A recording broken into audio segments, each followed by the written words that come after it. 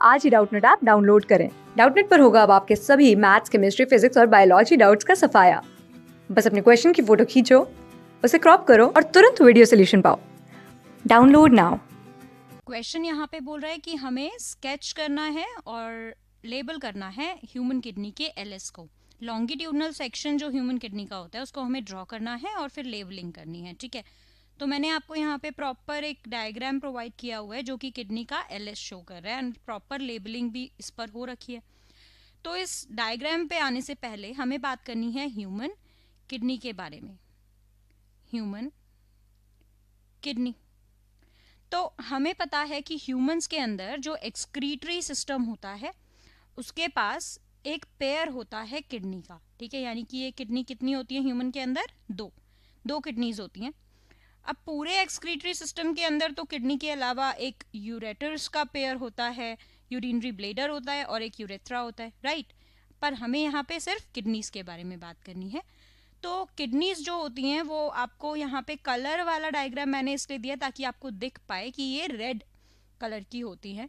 तो पहली बात तो यही है कि किडनीज जो हैं वो रेडिश ब्राउन कलर की होती हैं और इनकी शेप अगर हम देखें, पहले तो मैंने बात की यहाँ पे इनके कलर की, तो ये कलर मैंने कैसा बताया?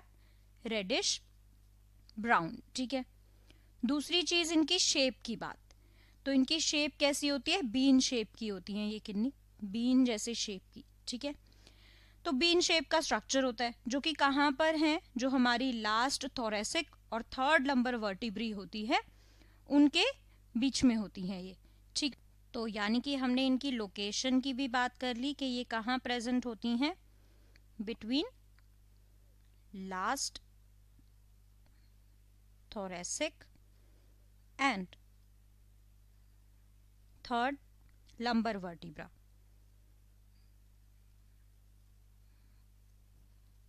इतनी बात हमें याद रहेगी। और किसके पास होती है ये? जो अब्डोमिनल कैविटी होती है उसकी डॉर्सल इनर वॉल के बहुत ज्यादा ये पास होती है।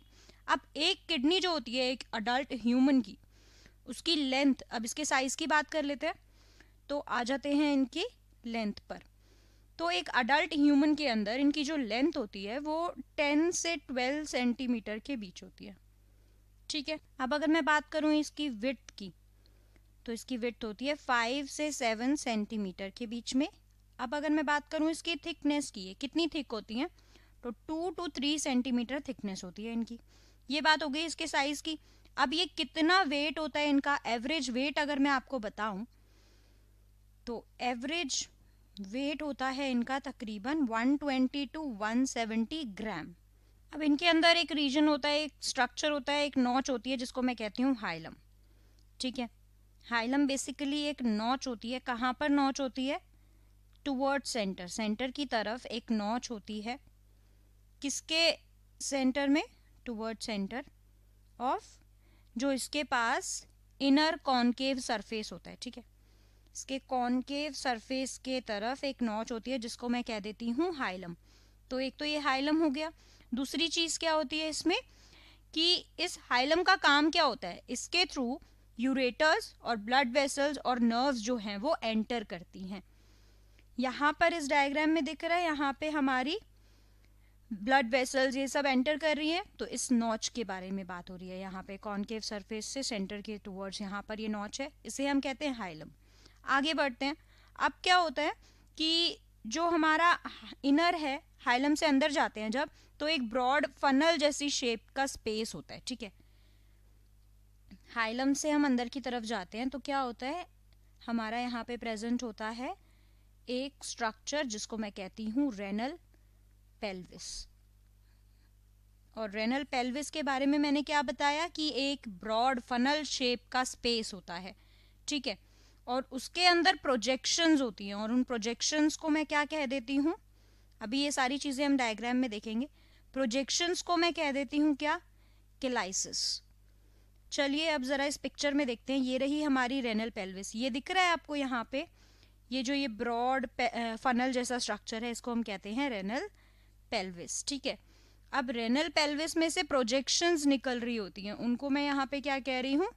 केलाइसिस। ये यहाँ पे प्रोजेक्शंस जो निकल रही है। ठीक है, अब यहाँ तक बात हमें क्लियर है। आगे बढ़ते हैं। अब जो आउटर लेयर होती है किडनी की वो काफी टफ कैप्सूल होता है एक, ठीक है। तो बाहर की लेयर एक टफ कैप्सूल होता है। अब यहाँ पे ये बात भी हम लिख लेंगे कि जो आउटर लेयर है किडनी की वो क्या है, एक कैप्सूल है जो कि काफी टफ है, ठीक है। अब किडनी के अंदर दो जोन होती हैं, ठीक है।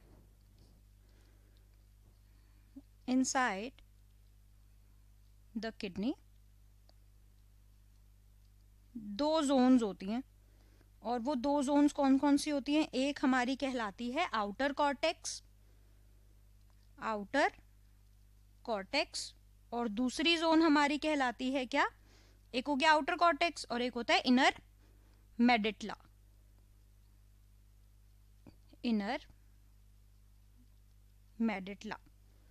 यहाँ पे अगर इस डायग्राम में मैं अगर देखूं तो ये देखो, यहाँ पे दो जोन होती हैं, एक तो हमारा होता है कॉर्टेक्स, ये दिख रहा है यहाँ पे, ये हमारा कॉर्टेक्स है, ठीक है। और दूसरा मैंने क्या बोला था, इनर मेडिटला। तो इनर मेडिटला और कॉर्टेक्स ये सारी हमें पता चल गई, और यहाँ पे मेजर कैलाइसिस भी हमने अभी पढ़ लिया है। तो कितनी सारी चीजें हमने डिस्कस कर ली, मेजर कैलाइसिस हमने पढ़ लिया, ठीक है। ये फिब्रस कैप्सूल हमने पढ़ लिया जो कि आउटर टफ कैप्सूल था, जो आउटसाइड लेयर है किडनी की, ठीक है। और रेनल पेल्विस हमने पढ़ लिया, यूरेटर यहाँ से नीचे जाके कंटिन्यू हो रहे हैं, ठीक है, ये भी हमें पता है। आगे बढ़ते हैं अब यहाँ पे आगे क्या चीजें होती हैं कि ये जो क्लाइसिस हमने पढ़ी थी, जो प्रोजेक्शंस थी हमारी, ठीक है, रेनल पेल्विस की जो प्रोजेक्शंस थी वो दो तरह की होती है, एक होती है मेजर कैलाइसिस और एक होती है माइनर कैलाइसिस, ठीक है। आगे बढ़ते हैं। अब क्या होता है कि जो मेड्यूला है वो क्या होता है, अब यहाँ पे मेड्यूला जो है वो हम बोलते हैं इनर मेडिटला को ही, ठीक है। ये रहा हमारा मेड्यूला, इन रीजन्स को हम मेड्यूला बोल रहे हैं, ठीक है।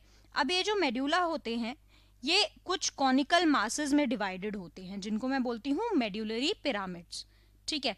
पिरामिड्स मैं यहाँ पे किसको बोल रही हूँ, ये जो यहाँ पे इस तरह के पिरामिड्स दिख रहे हैं, ये इस तरह से, ये पिरामिड्स जो हैं ये मेड्यूला के हैं, और इनको मैं क्या कहती हूँ, मेड्यूलरी पिरामिड्स।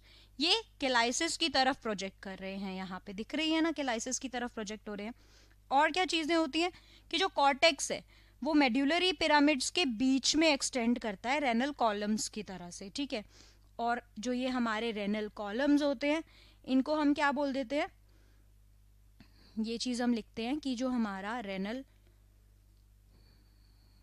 कॉलम्स होते हैं उनको हम क्या बोलते हैं, कॉलम्स ऑफ बर्टीनी, कॉलम्स ऑफ बर्टीनी। ये बहुत ही इंपॉर्टेंट लाइन है।